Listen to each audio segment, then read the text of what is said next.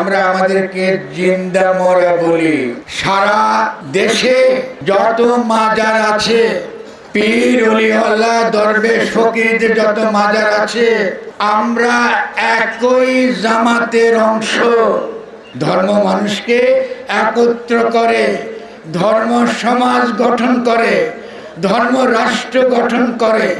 ধর্ম প্রেমের উপরই হতে হয়।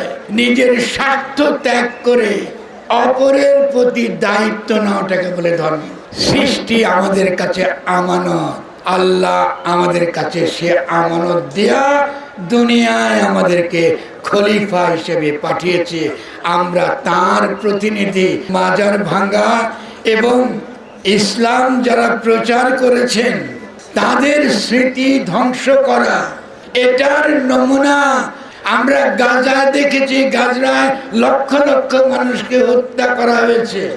ইসলামের ইতিহাস স্মৃতি মধ্যপ্রাচ্যে ধ্বংস করা হয়েছে। আমাদের ওলিয়া আউলিয়ার আমাদেরকে পথ প্রদর্শন করেছেন, পথ দেখিয়েছেন। আমরা তাদের পথ অনুসরণ করে আমরা দেখাবো বাংলাদেশকে কেমন করে সুন্দর করে গঠন করতে হয়। আমরা মুসাফির খানার কথা বলেছি, আরও বিভিন্ন ক্ষেত্রে আমাদের পরিবেশ রক্ষা করা, আমাদের নদী রক্ষা করা, আমাদের বন রক্ষা করা, গরিব মানুষকে রক্ষা করা, গরিব মানুষের অধিকার রক্ষা করা, এই সমস্ত কাজ যেন আমরা নিজেরা করতে পারি। আমরা কারো কাছে নির্ভরশীল হতে চাই না, আমরা করতে পারি। তার নমুনা গণিসার এই দরবারে আমরা দেখাচ্ছি। আল্লাহর সর্বশ্রেষ্ঠ রচনার নাম হচ্ছে মানুষ। যারা মানুষের সেবা করে তারা আল্লাহর সেবা করে। যারা মানুষের সেবা করে তারা আল্লাহর নিকটবর্তী। যারা মানুষের সেবা করে এদেরকে আমরা ওলিয়া আউলিয়া পীর মুর্শিদ বলি। তারা আমাদেরকে সেবা করতে শিখেছেন।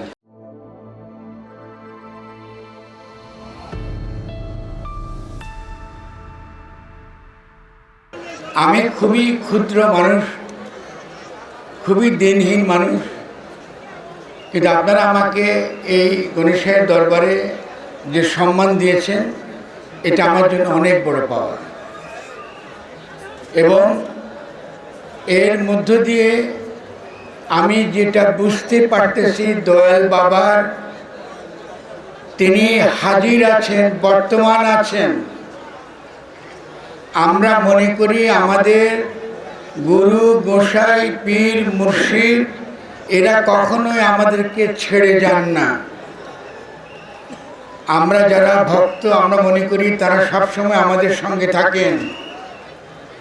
আপনারা আজকে এখানে যারা আসছেন, আমি জানি দয়াল বাবা এখানে হাজির আছেন, বর্তমান আছেন, তাকে সাক্ষী রেখে আমি কয়েকটা কথা বলবো। প্রথম কথা হলো, আজকে এই ওরসটা হতে পারছে এবং আমি আপনাদের সামনে কথা বলতে পারছি, এটা একটা বিরাট ব্যাপার। সাধুগুরু ওলিয়া আউলিয়া সন্ত দরবেশ ফকির তাদের যে দোয়া, তাদের যে দীর্ঘ সময় তাদের যে লড়াই, সেই লড়াইয়েরই অংশ হিসেবে আমাদের দয়াল বাবা গণেশের এই দরবারের আজকের ইতিহাসটা লেখা থাকবে। কারণ আমাদেরকে এই ওরস বন্ধ করার জন্য বাংলাদেশের একটা শক্তি, যারা বাংলাদেশকে ধ্বংস করতে চায়, যারা আমাদেরকে সমাজকে ধ্বংস করতে চায়, যারা আমাদেরকে ধর্ম ধ্বংস করতে চায়, যারা আমাদের রাসূল করিম সাল্লাল্লাহু আলাইহি ওয়াসাল্লাম আমরা যার উম্মত তার নিন্দা করতে চায়, তার অসম্মান করতে চায়, আজকে আমরা এই ওরস করতে পারার সুন্দরভাবে সুশৃঙ্খলভাবে করতে পারার মধ্য দিয়ে তাদেরকে জবাব দিয়ে দিয়েছি। আমরা আমাদেরকে বাবারা মায়েরা আমরা আমাদেরকে জিন্দা মরা বলি। আমরা বলি জানতে মরা, আমরা তো আগেই মরে আছি। কিছু কিছু হুজুর আমাকে কতল করতে চায়, তো আমি হাসি, আরে বেটা হারামজাদা, আমি তো মরেই আছি, আমরা তো মরে আছি, আমরা মরে আছি। কথাটার মানে হলো আমাদের কোনো ইহলৌকিক স্বার্থ নাই, আমরা শুধু আমাদের আল্লাহর দাস হিসেবে দুনিয়াতে জীবনটা কাটিয়ে দিতে চাই। আমাদেরকে দোজখের ভয় দেখায় লাভ নাই, আমাদেরকে বেহেশতের লোভ দেখায় লাভ নাই। এই জন্য কথার নাম হচ্ছে জানতে মরা জিন্দা মরা। আজকে ভাইরা বোনেরা আপনারা যারা এখানে হাজির আছেন, আমার মায়েরা ভাইরা যারা এখানে হাজির আছেন, বাবারা যারা হাজির আছেন, এই জানতে মরা জিন্দা মরার কথাটা মনে রাখবেন। এটাই আমাদেরকে সুশৃঙ্খল রাখে, এটাই আমাদেরকে পথ দেখায়। আল্লাহর নূর, যে নূর থেকে তিনি সমস্ত দুনিয়া সৃষ্টি করেছেন, যে নূর থেকে তিনি আমার রসুলকে সৃষ্টি করেছেন, যার উসিলায় সমস্ত সৃষ্টি হয়েছে, সেই নূর আমরা ধারণ করি।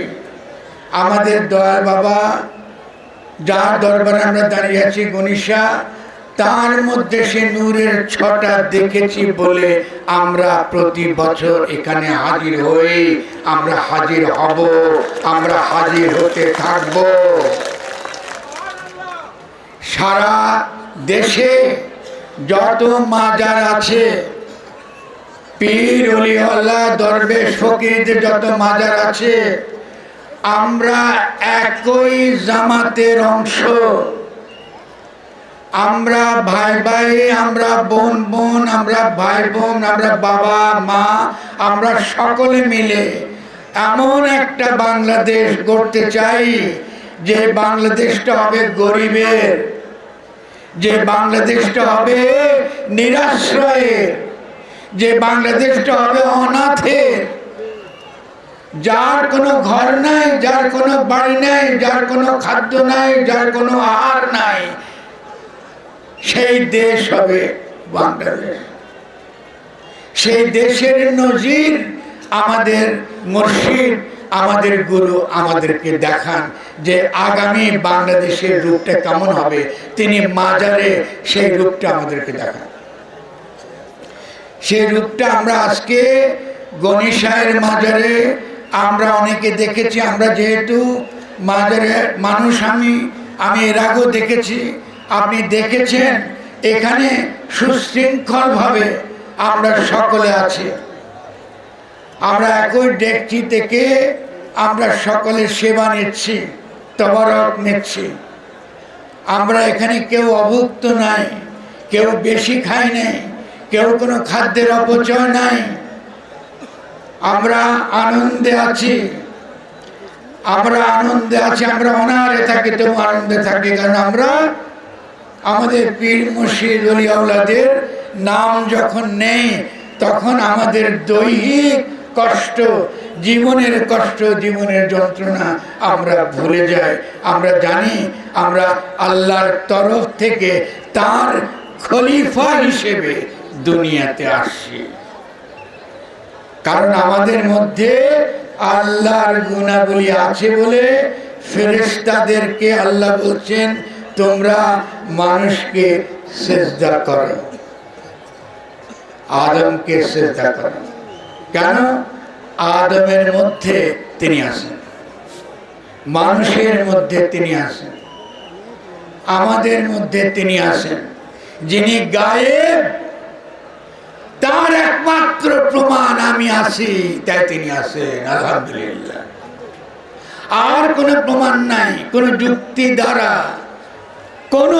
দ্বারা তাকে প্রমাণ করতে পারবেন না। তিনি বস্তু না, তাকে বলতে পারবেন না তিনি ওই জায়গায়, ওই সময়ে, ওই বাড়িতে, ওই ভূখণ্ডে, ওই দেশে আছেন। আল্লাহ বলছে তিনি গায়েব, তিনি অনুপস্থিত, তিনি নিত্য অনুপস্থিত। তিনি কখন উপস্থিত? তিনি উপস্থিত যখন তার প্রেমে আশিকানরা একত্রিত হয়, আল্লাহ স্বয়ং সেখানে হাজির হয়ে যান। আল্লাহ স্বয়ং সেখানে হাজির হয়ে যান, তাকে উপলব্ধি করবার আর কোনো পথ নাই। এই যে আপনি তওরাতটা গ্রহণ করেছেন, একসঙ্গে বসে আছেন, আনন্দ করছেন, সুশৃঙ্খলতার মধ্যে যাচ্ছেন, সমাজকে গঠন করছেন, নীতি ঠিক করছেন, সুন্দর চরিত্র গঠন করছেন, দেশকে সহায়তা করছেন, প্রশাসনকে সহায়তা করছেন, সকলকে সহযোগিতা করতেন। আল্লাহ সেখানে বর্তমান হয়ে যান, তিনি আমাদের সঙ্গে আছেন, আলহামদুলিল্লাহ। এই হচ্ছে ভক্তির ধারা। ভক্তির ধারা ধর্মের ধারা, দ্বীনের ধারা। যার ভক্তি নাই তার ধর্ম নাই। যার আবেদ হতে যে পারে নাই, যে এখনো নিজেকে দাস ভাবতে পারে নাই, যে এখনো দাসত্ব করতে শিখে নাই, সে কি করে আল্লাহর দাস হবে? আমরা গুরুর কাছ থেকে দাসত্ব শিখি, দাস হইতে শিখি। আমরা বলি আমি আমার গুরুর গোলাম, মানে আমি আমার আল্লাহর গোলাম। আমরা তার গোলামি করতে দুনিয়া আসছি। আমাদেরকে ধর্ম শেখাবেন না, আমাদেরকে দিন শেখাবেন না। আমরা ধর্মকে জানি, আমরা চুরি করি না, আমরা মানুষ হত্যা করি না, আমরা বলি না আমার হাতের অধিকার দাও, আমি ধর্মের নামে ওই লোকটাকে হত্যা করব। আমরা জানি না এই ভাষা আমার রাসূলের ভাষা না। অন্য মানুষকে কোনো বিচার ছাড়া ফতোয়া দিয়া আপনি হত্যা করতে চান, আপনি আমার নবীর পথ থেকে, নবীর উম্মত হওয়ার অধিকার থেকে নিজেকে বঞ্চিত করেছেন। আপনি এই যুগে নতুন দাজ্জাল, দাজ্জালের বিরুদ্ধে লড়াই চলবে। দাজ্জালের বিরুদ্ধে লড়াই আমরা অস্ত্র নিয়ে করি না। আমরা হিংসা কাকে বলে এটা আমরা চিনি না। আমরা কি করে বিশৃঙ্খলা সৃষ্টি করতে হয় এটা আমরা জানি না। আমরা একটা জিনিস জানি, যেটাকে বলে আশিকানি, যেটাকে বলে প্রেম, যেটাকে বলে মহব্বত। আমরা কোরআনের প্রত্যেকটা সূরায় পড়ি বিসমিল্লাহির রহমানির রহিম। আমরা বুঝি দয়া, দয়া, দয়া, দয়াল। আমার মধ্যে যদি দয়া না থাকে, আমার মধ্যে কোনো ধর্ম নাই। বড় কথা কইেন না। যার মধ্যে দয়া নাই, প্রেম নাই, আশিকানি নাই, তার কাছে ধর্মের কথা আপনি কি বলবেন? ধর্ম মানুষকে একত্র করে, ধর্ম সমাজ গঠন করে, ধর্ম রাষ্ট্র গঠন করে। ধর্ম প্রেমের উপরই হতে হয়। অন্যের প্রতি দায়িত্ব, নিজের স্বার্থ ত্যাগ করে অপরের প্রতি দায়িত্ব নেওয়াটাকে বলে ধর্ম। আমার পাশে যে লোকটি অভুক্ত, যে আমার পাশে যার আশ্রয় নাই, আমার পাশে যে অসুস্থ, তার পাশে গিয়ে দাঁড়ানোকে বলে ধর্ম। এটাই হলো দিন। আমরা ধর্ম বলতে বুঝি, শেখানো হয় যে ধর্মের সঙ্গে দৈনন্দিন জীবনের কোনো সম্পর্ক নাই। আমরা সেই ধর্ম মানি না। যে ধর্ম আমাকে শান্তি দেয় না, যে ধর্ম আমাকে আল্লাহর নিকটবর্তী করে না, আমাকে ভয় দেখায়, আমাকে বলে তুই এটা না করলে জাহান্নামে যাবি, ওই ধর্ম আমি করি না।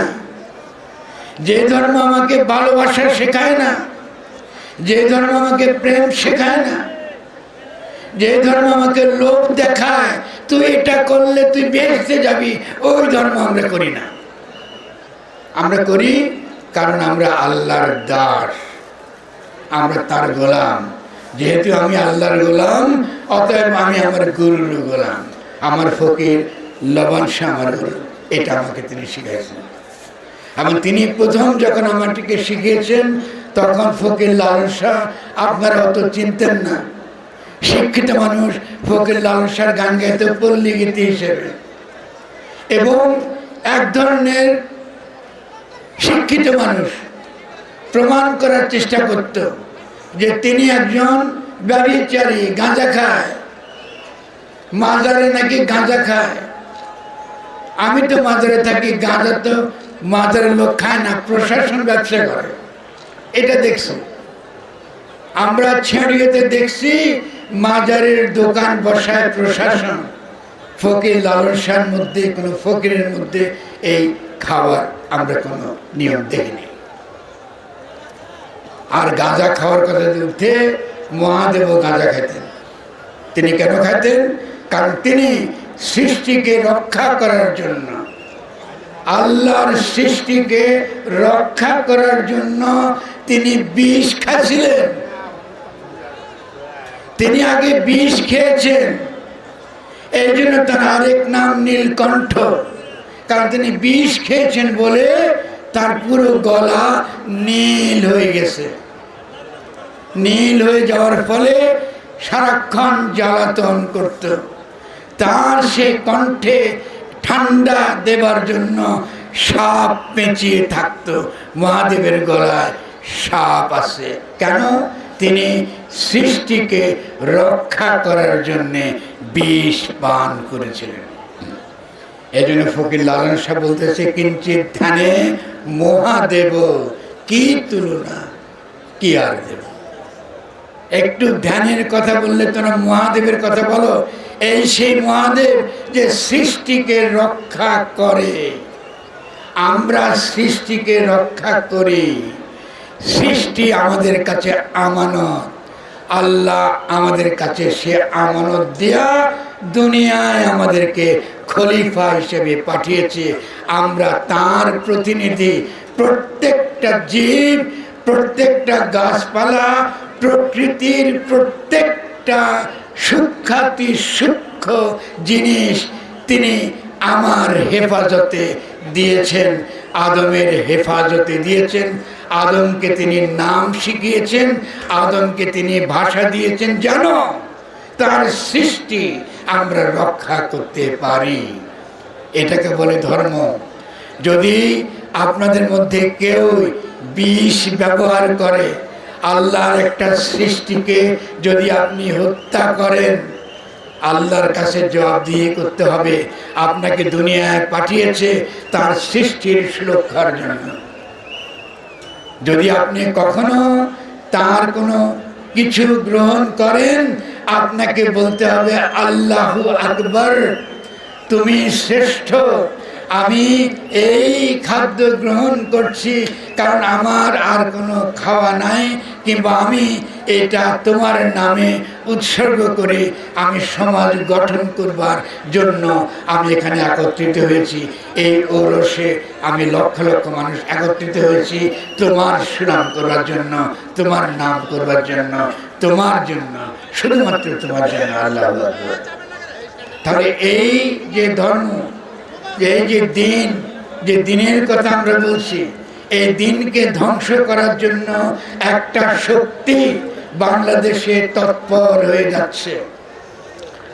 তারা রাজনীতি করে, তারা ক্ষমতা দেখায়, এবং এই 5ই আগস্টের পরে তারা একটার পর একটা মাজার ভেঙেছে। আমি এর আগে সরকারকে সাবধান করেছি যে এই যে মাজার ভাঙা এবং ইসলাম যারা প্রচার করেছেন তাদের স্মৃতি ধ্বংস করা, এটার নমুনা আমরা ইসরায়েলে দেখেছি, আমরা গাজায় দেখেছি। গাজায় লক্ষ লক্ষ মানুষকে হত্যা করা হয়েছে। ইসলামের ইতিহাস, স্মৃতি মধ্যপ্রাচ্যে ধ্বংস করা হয়েছে। সেই ধারাবাহিকতায় একটা শক্তি আমাদের বাংলাদেশে, পীর আউলিয়া যারা এই দেশে ইসলাম প্রচার করেছেন, যারা এই দেশে ইসলাম এনেছেন, তাদের বিরুদ্ধে তারা প্রচার চালাচ্ছেন, তাদের বিরুদ্ধে তারা এখন সক্রিয় হয়ে উঠেছেন। তা আমি সরকারকে অনুরোধ করব এদের সম্পর্কে সচেতন হয়ে যেতে। আমি বারবার বলেছি যে সরকারের শিথিলতা আমাদের কাছে গ্রহণযোগ্য নয়। এবারও আমরা ছুটে এসেছি এই জন্যে যে এখানে ওরস করা যাবে না, এখানে সমস্যা আছে, এই কথা বলে নির্বাচন বানচাল করবার জন্যে যে শক্তি তৎপর ছিল সেই শক্তিকে আমরা জবাব দিয়ে দিয়েছি। সরকারকে এটা মনে রাখতে হবে। আমরা সমাজের শৃঙ্খলা চাই, সমাজের সৌন্দর্য চাই, মহব্বত চাই, প্রেম চাই। এই মহব্বত, প্রেম, ভালোবাসার দ্বারা আমরা জগৎ জয় করব। এর আগে আমার অত্যন্ত প্রিয় মানুষ, আমার দোস্ত, আমার কাজের সহায়ক মোহাম্মদ রুমেল বলেছেন, আমরা বিভিন্ন মাজারে আশেকান যারা আছে, আমরা যারা অলিয়া উলিয়া, পীর মুর্শিদ, মুর্শিদ ফকির ধারার মধ্যে আছি, আমরা সকলে মিলে একটা মহা সম্মেলন করার কথা ভেবেছি, পরিকল্পনা গ্রহণ করেছি। আপনারা সাড়া দিয়েছেন। এরপরে এখান থেকে আমরা বিভিন্ন মাজারে, বিভিন্ন জেলা আমরা যাব। আমরা যতদিনই লাগবো আমরা দেখাবো সারা বিশ্বকে যে প্রেমের ধর্ম কেমন হয়, প্রেমের আনন্দ কেমন, ভালোবাসা দ্বারা, আশিকানি দ্বারা কি করে সমাজ গঠিত হয়, কি করে নতুনভাবে রাষ্ট্র গঠন করতে হয়, নতুন বাংলাদেশ গঠন করবার সংস্কৃতি, নতুন বাংলাদেশ গঠন করবার নীতি কি করে তৈরি হয়, এটা আমরা দেখাবো। আপনারা কি রাজি? আমাদেরকে দেখাতে হবে। আমাদের ওলিয়া আউলিয়ার আমাদেরকে পথ প্রদর্শন করেছেন, পথ দেখিয়েছেন। আমরা তাদের পথ অনুসরণ করে আমরা দেখাবো বাংলাদেশকে কেমন করে সুন্দর করে গঠন করতে হয়। আমরা মুসাফির খানার কথা বলেছি, আরও বিভিন্ন ক্ষেত্রে আমাদের পরিবেশ রক্ষা করা, আমাদের নদী রক্ষা করা, আমাদের বন রক্ষা করা, গরিব মানুষকে রক্ষা করা, গরিব মানুষের অধিকার রক্ষা করা, এই সমস্ত কাজ যেন আমরা নিজেরা করতে পারি। আমরা কারো কাছে নির্ভরশীল হতে চাই না, আমরা করতে পারি। তার নমুনা গণিসার এই দরবারে আমরা দেখাচ্ছি। 3 দিন 4 দিন ওরসের মধ্য দিয়ে আমাদের কিচ্ছু লাগবে না, শুধু প্রশাসনের একটু স্নেহ, ভালোবাসা, প্রেম লাগবে। আমাদেরকে বিরক্ত করবেন না। জনগণ নিজে জানে সে কি করে নিজেকে গঠন করতে হয়। এখানে শিক্ষা থেকে, এই শিক্ষা থেকে আমরা বাংলাদেশকে কি করে নতুনভাবে গঠন করতে হয় সেই ক্ষেত্রে আমরা নেতৃত্ব দেব। যারা আশিকান, যারা মানুষকে ভালোবাসেন, যারা বুঝেন কেন আল্লাহ ফেরেশতাদের সেজদা দিতে বলেছে, এই অর্থ যারা বুঝেন তারাই একমাত্র সমাজ গঠন করতে পারেন। কারণ আল্লাহর সর্বশ্রেষ্ঠ রচনার নাম হচ্ছে মানুষ।